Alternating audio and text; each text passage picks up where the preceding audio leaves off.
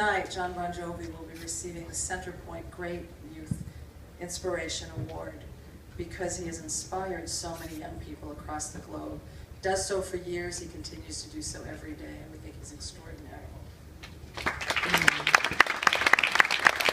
can't really follow that. But there was something in that film there, the people that John's working with, something that really struck me. There was one phrase, it was a Sister Mary Scullion, I think, and she said a phrase, oh, she's here this evening, wow. She is. Hello, nice to meet you. She said a phrase, none of us are home until all of us are home. Is that right? What an incredible phrase, what a thought for us all to take home this evening. But before we do that, let's welcome onto the stage the man you just heard so much about, the one, the only, Mr. John Bon Jovi.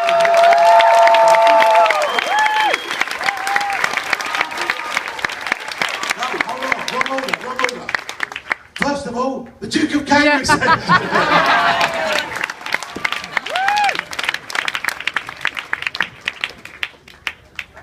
I got excited by John Bon Jovi.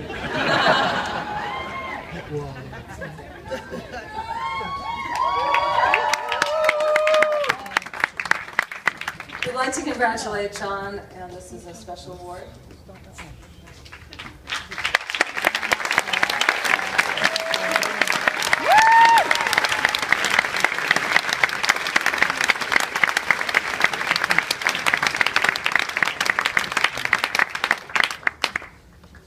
The Winter White Gala at Kensington Palace, the Centrepoint Great Britain Youth Inspiration Award, presented by me to John Bon Jovi.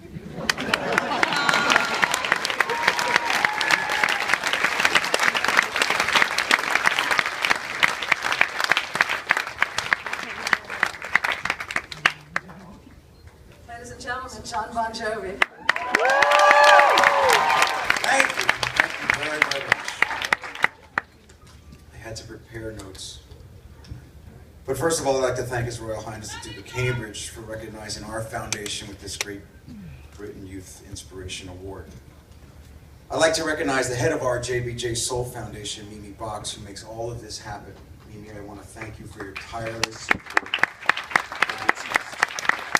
I'd like to thank David Munns and Anthony Piedmont because they've done everything to make this evening happen. And of course, to my wife Dorothy and 3 of our 4 great kids who are here tonight, Stephanie, Jacob, and Romeo, give me a reason to love at the highest level possible. Our son Jesse is unfortunately at university, but he sends his best wishes.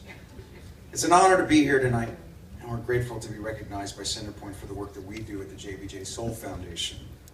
When we began our work in 2005, our mission was quite simple.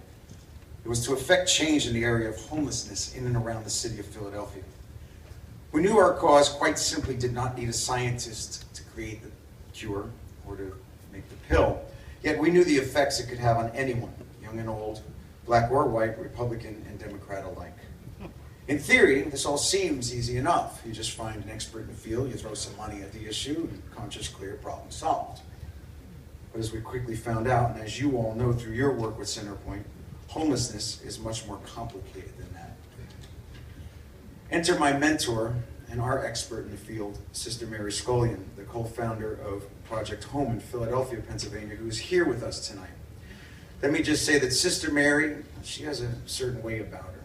She speaks the truth, and she pulls no punches.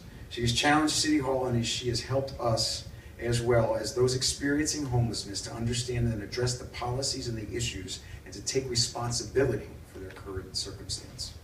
So whether it's social circumstance, economic issues, substance abuse, mental illness, all of these lead to individuals to homelessness. And we have learned that in order to truly be effective, we have to break that cycle of poverty. In a world that's changing more rapidly by the minute, we believe that education, as simple as that sounds, is at the heart of this matter.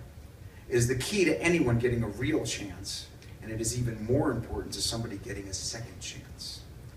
I've had the opportunity to travel the U.S. and visit many organizations like Centrepoint that focus on homelessness.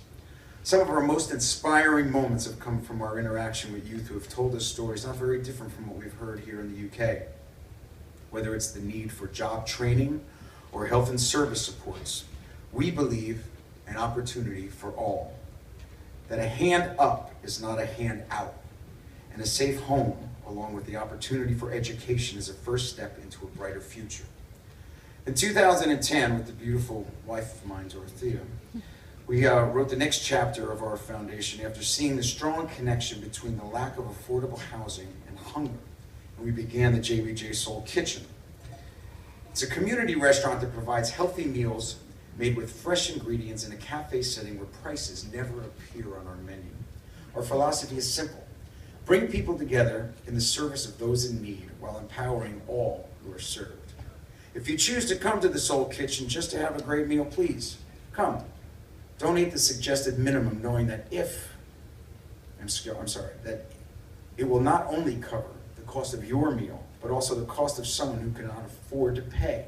If you cannot afford to pay, we request that you donate your time, maybe in our kitchen or in our garden or elsewhere in our community, in exchange for a meal for you and for your family. Empowering individuals over a great meal is what we're all here about. So if you're ever in New Jersey, I hope you'll come by and see us.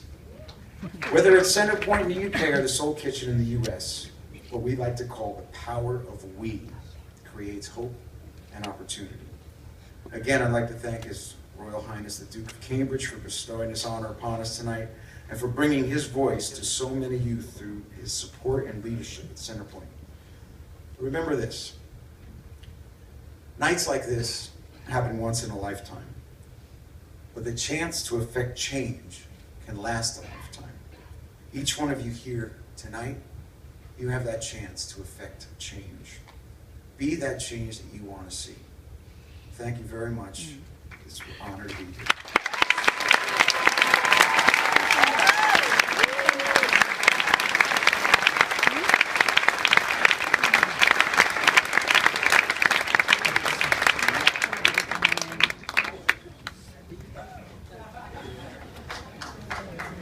Ladies and gentlemen, I believe we're going to have a quick moment here and then let's enjoy the most wonderful music in the world.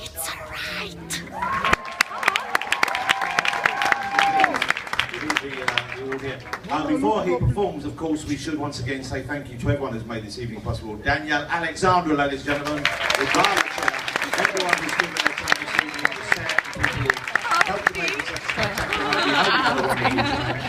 early on, the Duke of Cambridge said he felt the urge to maybe come up and rap with Tony Temper.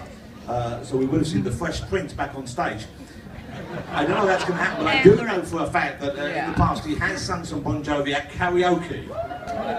So there's a good chance, if we shame him into it, that we might be able to bully him onto the stage to join in for a bit of Livin, whatever the hell it's called, for some sort of prayer-based song that you did back in the 50s. So, he's so good for his age. He's 97, ladies and gentlemen. He's still working under his own steam.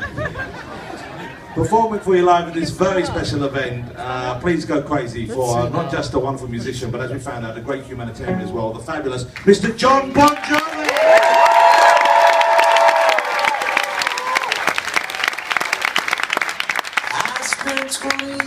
Vabbè, ciao.